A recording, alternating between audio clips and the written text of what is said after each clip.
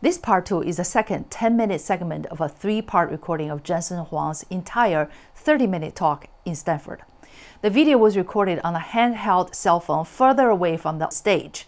The quality of this video does not reflect the professional videos made by 10 Plus Brand Inc. Part 2 summary. Jensen Huang continued. Of course, the belief has to come from first principle thinking. You can't just randomly come up with some crazy belief and go along with it. The belief has to come from first principle computer science or physics or economics. First principle reasoning added to it was inspiration. He states that principled thinking was really important in arriving at a belief system or vision. Then you gut check that literally every single day. Continuously reevaluate our strategies and our decisions, and somehow the assumptions that led up to that strategy or that decision. In light of the performance of GPU over the last 10 years, increasing 100,000 times, Jensen Huang explained how Moore's law is evidenced in computation, AI advancement, and the dramatic cost reduction. Then he observed that Nvidia's computing platform can enable changes in algorithm, architecture, system, silicon, and fundamental computation, all at the same time. A decade ago, Jensen predicted that the entire data center will be one unit of a computing network. A single person can write an application that activates every single processor in the data center. This vision led Nvidia to reinvent and reframe itself from a chip company to building entire data centers.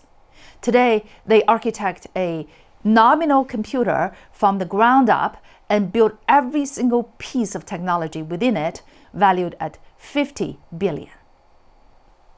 As new advancements arrived, such as AlexNet and computer vision, Jensen asked the fundamental questions by breaking down all the way to the first principles, fundamental electronics, in reinventing the way to compute and Nvidia itself.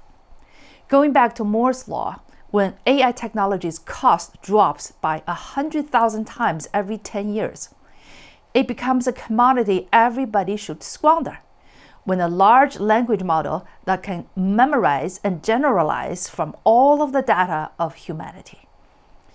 In answering the question if AI will take jobs from humans, Jensen Huang traced that it took 2 to 3 years for AI to develop from existence proof to superhuman capability, and 2 to 3 years from computer vision to supervision to speech recognition, and another 2 to 3 years to solve math problems, and 2 to 3 years later, AGI. Now AGI is solving math, reading, and science problems and all kinds of tests. It will take less than 2 years to achieve superhuman levels. Huang analogized AI to test-taking skills, which is not the same as being fundamentally intelligent. Tasks are inside a job. AI can automate tasks, increase productivity, but the purpose of our job is different than doing those tasks. Going back to first principle reasoning, what is AI? AI is about solving these cognitive reasoning, planning, and research problems. And it comes down to one thing. Do you have more ideas than you wish you could pursue if you were more productive? Do you have more dreams and they can come true if you had more time? And if you have those things, productivity is going to result in your growth. But if you don't, then productivity is going to result in more idle time. I think we will be busier than ever. Jensen Huang's remaining 10 minutes talk with my summary and comments continues in part 3. All of the things that we build, all the systems, and we'll talk about some of it, you have to believe what you believe, and you have to pursue that belief. Now, of course, the belief has to come from first principle thinking. You can't just randomly come up with some crazy belief and I'm going to go along with it. The belief has to come from first principle computer science or physics or economics, first principle reasoning with inspiration, added to it inspiration.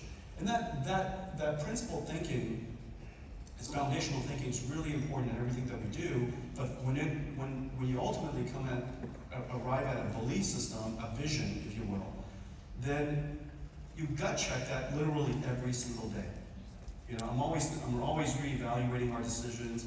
If something, continuously reevaluating our strategies and our decisions. If somehow the assumptions that led up to that strategy or that decision were to change, then you got to reconsider reevaluating. And so that was a big decision, and we believed what we believed, and we went with it. That's fantastic. So this is a Asian American Pioneer Award ceremony. So I want to take this opportunity to ask, as Asian American, and you led your company to achieve a $4 trillion valuation, the most valuable company in the world. And you have amazing breakthrough in the last 10 years. The performance of GPU has increased by 100,000 times. So what is the human side of the story behind this amazing achievement in the milestone? Yeah, several things.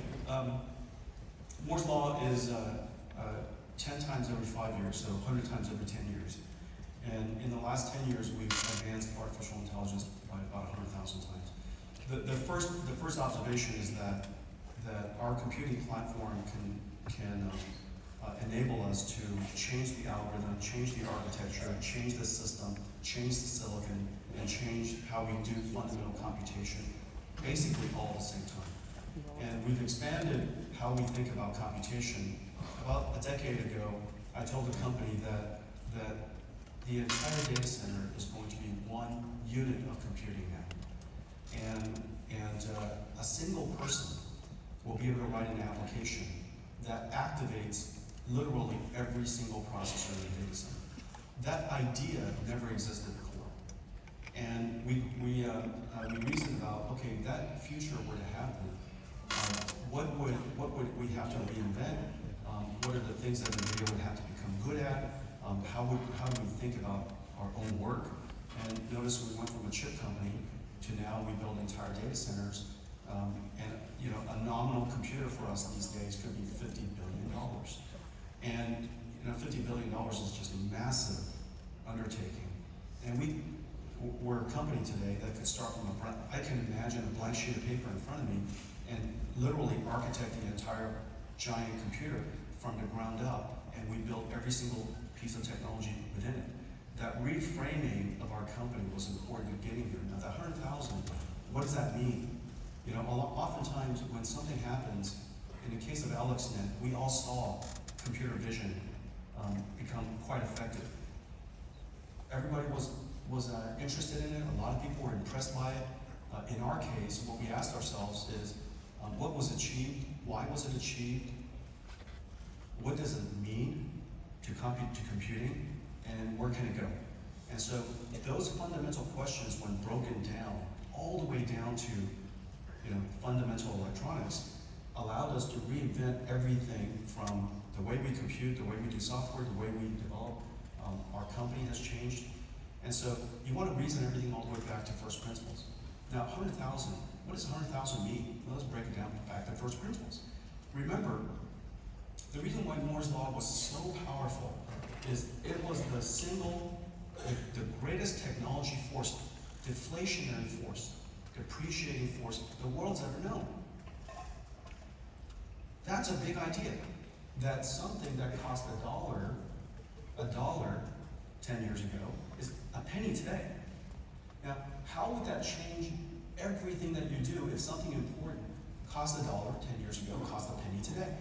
Well, obviously, you could do work that's 100 times greater scale at the same price. That's one way of thinking about it. Or you could think about it from another perspective, which is computation is effectively a commodity you don't have to worry about. And so if you're trying to solve a problem and computation is involved in that somehow, well, its cost won't matter. By the time that you figure out how to apply it, it would have dropped in price and cost by 100 times. Well, now apply it 100,000 times. So what does it mean when computation and intelligence drops in cost by 100,000 times every 10 years? It becomes a commodity that everybody should squander it. You should squander it. this observation led to somebody saying, let's take all of the data in the world and let's put it into an artificial intelligence neural network model and compress to memorize and generalize from all of the data of humanity. That's a big deal. Led to large language models. That observation comes from realizing it's 100,000 times cheaper now. Yeah. So this is an amazing story behind all the AI advancement. If you think about it, 10 years ago, the industry achieved first speech recognition in human parity. Today, both Google and OpenAI achieved Olympics gold medal milestone. 10 years, all using GPU you and your company created. So tell us about what do you think AI is going to evolve? Is AI going to really take all the labor and all the jobs away from all of us? And if that is the case, what is it you're going to say to your grandkids about the sense of purpose for humanity? Yeah, obviously, a really important question, and again, let's reason through it. Okay, first observation. The first observation is in technology, and now more so than ever. There's the first point, which is you can solve the problem kind of existence proof. From existence proof to superhuman capability, call it 2 or 3 years. So, computer vision, supervision, 2 or 3 years later. Speech recognition, superhuman, 2 or 3 years later. Solving, math problems, 2 or 3 years later, AGI, right? So we know that AGI is now superhuman levels of solving math problems, reading problems, science problems, every single test that you can imagine, solving tests, you're going to achieve superhuman levels in probably less than 2 years. Okay? And so I just said something, solving tests. Now you all know that taking tests is a skill. It doesn't make you fundamentally intelligent. Successful people and people who do well, I met my wife and I made her a bold claim. I was 17 years old and I said, if you study with me every weekend, I promise you will get straight A's next quarter. Okay, and that was a big, bold claim. Well, it happened. And the reason for that, as you know, is doing well in school is a skill. It doesn't necessarily make you successful. There are many people who are unsuccessful in school and very successful in life. Okay? So my point is that it's just a skill. It's no different than twirling a pencil. There's a lot of engineering. And these days it's like, and that's just a skill. Okay? You're not going to get a job. That won't lead unless there's a job that is about twirling pencils. That's not going to make you successful, but it's a skill. It's not taking tests well and solving problems, as you know, is a skill. And so AI is going to be able to do all of this stuff instantly fast. Now, go back to the first principles and ask, what is AI? AI is about solving these cognitive, reasoning, planning, search problems.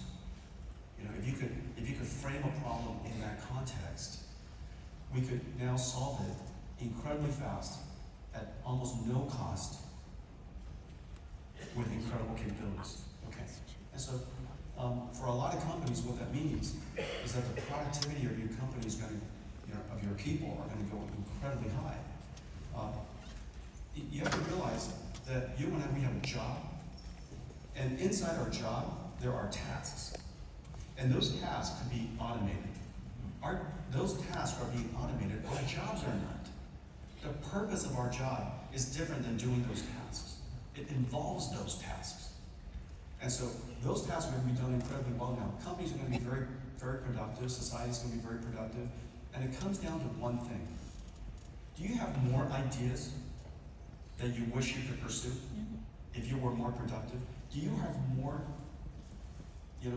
more dreams that you could pursue and make come true if you had more time? And so it comes down to, do you have more dreams? Do you have more aspirations? Do you have more ideas?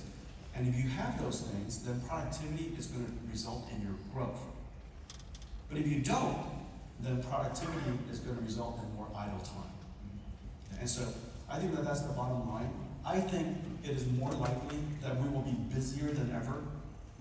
It is likely we'll be busier, and let me give you with the thought experiment.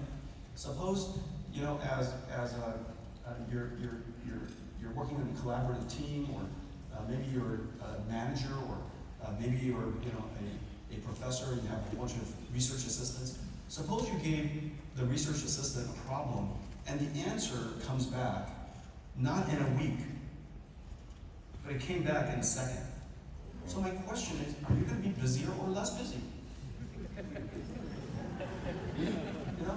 I send off questions to my company and problems for my company to help solve that are pillars of larger problems and larger systems I'm trying to solve. And I get the benefit of them having to work on it for a week. But if they come back in a minute, then I got to go, right? I've got to go understand what that impact is and reason about it some more and think and dream some more.